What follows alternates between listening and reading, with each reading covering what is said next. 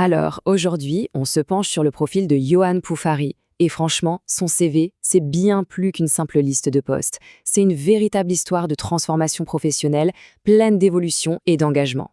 On va décortiquer ça ensemble. Voilà, on commence direct avec ses propres mots: professionnel expérimenté, expertise approfondie, expérience diversifiée. Ce n'est pas juste du jargon de CV, hein. Ces mots, ils plantent le décor pour ce qu'on va découvrir.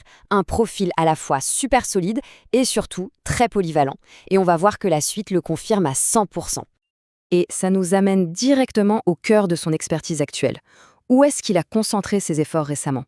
Eh bien, c'est dans la finance et la comptabilité. Un domaine technique, pointu, où il a clairement décidé de se spécialiser. Regardez ça. En 2022, il est en plein dedans, au pôle comptabilité de la mairie de Vannes. Et attention, on ne parle pas juste de saisie de données. Il est sur des logiciels bien spécifiques, comme Coriolis V47. Pour ceux qui connaissent la compta publique, c'est du lourd. C'est de l'expérience de terrain, très concrète, et surtout, c'est le genre de compétence qui est hyper recherché. Et juste après, hop, changement de décor. Il passe au centre socioculturel. Et là, il ajoute une nouvelle compétence, et pas des moindres, le contact direct avec les gens. C'est super intéressant, parce qu'il doit allier la rigueur de la gestion des paiements avec l'écoute et l'empathie nécessaires à l'accueil du public. Ça prouve une vraie polyvalence. Il jongle entre les chiffres et l'humain, et ça, c'est pas donné à tout le monde. Bon, on a vu ses compétences financières actuelles. Mais la question c'est, d'où ça vient tout ça? Eh bien, ça ne sort pas de nulle part. Tout ça repose sur des fondations très, très solides. Une longue carrière entièrement dédiée au service public. Alors là, cette chronologie, elle est juste waouh. On parle de près de 2 décennies à la mairie de Vannes. Il commence en 2002 comme serrurier, métallier, un métier super technique, et regardez l'évolution. Conciergerie, gardien des parcs, puis le grand saut vers l'administratif. C'est une trajectoire assez incroyable, qui montre une capacité d'adaptation vraiment hors du commun. Et c'est vraiment cette transition qui est fascinante. D'un côté, le travail technique, le métal, les outils. De l'autre, le public, les relations humaines, la gestion de conflits. On passe littéralement du manuel au relationnel. Ça ne s'improvise pas. Ça montre une vraie volonté de se réinventer, de développer des compétences humaines qui sont, on le sait, super complexes à acquérir. Alors, comment on fait pour réussir une progression pareille? C'est quoi le secret? Eh bien, il n'y en a pas vraiment, si ce n'est un engagement de tous les instants pour apprendre, se former et maîtriser les outils de notre époque. Et quand on parle d'outils, sa boîte à outils numérique est super complète. On a la suite Microsoft classique, bien sûr, mais on a aussi les logiciels de compta bien spécifiques dont on a parlé. Et, cerise sur le gâteau, il est aussi à l'aise sur les réseaux sociaux. C'est le signe d'un pro qui a compris que la communication aujourd'hui, elle se joue sur tous les terrains. Et s'il y a une année qui symbolise vraiment cette volonté de toujours progresser, c'est l'année 2022. Là, on assiste à une montée en compétences, mais à un niveau d'intensité assez dingue. On va zoomer un peu là-dessus. Côté finance, il n'a pas fait les choses à moitié. Comptabilité d'engagement, nomenclature M57, marché public, ce sont des sujets denses, techniques.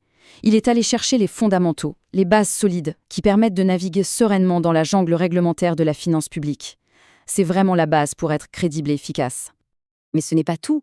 En parallèle, il a bossé sur ses compétences administratives. Organisation, prise de notes, rédaction, il a même fait un MOOC sur l'orthographe. Et c'est là que c'est malin. La meilleure expertise financière du monde ne sert à rien si, derrière, l'organisation et la communication ne suivent pas. Les deux sont indissociables. Alors, on fait le calcul, on arrive à 11 formations distinctes, en une seule année. Franchement, ce n'est plus juste un chiffre à ce niveau-là. C'est la preuve en béton d'un dévouement et d'une curiosité, mais juste incroyable. Sérieusement, qui fait ça aujourd'hui? Ok, on a bien cerné le professionnel, mais pour vraiment comprendre la personne, il faut regarder au-delà du CV.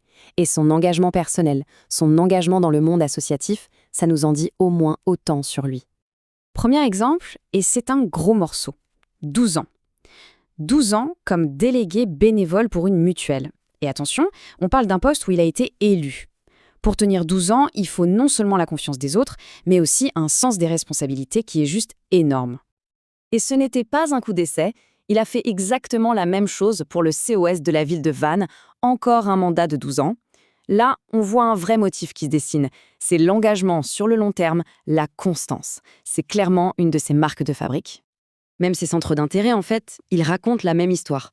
On y voit ce mix entre la technologie qu'il aime appliquer dans le milieu associatif et une passion pour les rassemblements, pour la communauté, pour le partage d'infos sur les réseaux. C'est super cohérent avec le reste du profil. Alors au final, la vraie question, c'est celle-ci: que peut apporter une telle personne à une organisation? Ce mélange unique entre une longue carrière dans le public, des compétences financières très modernes et un engagement personnel aussi profond, ça donne un profil qui n'est pas juste compétent, c'est un profil fiable, loyal et profondément dévoué. Et ça, pour n'importe quelle structure, c'est de l'or. Et si ce profil vous intéresse, pour aller plus loin dans la discussion, voici les informations pour le contacter.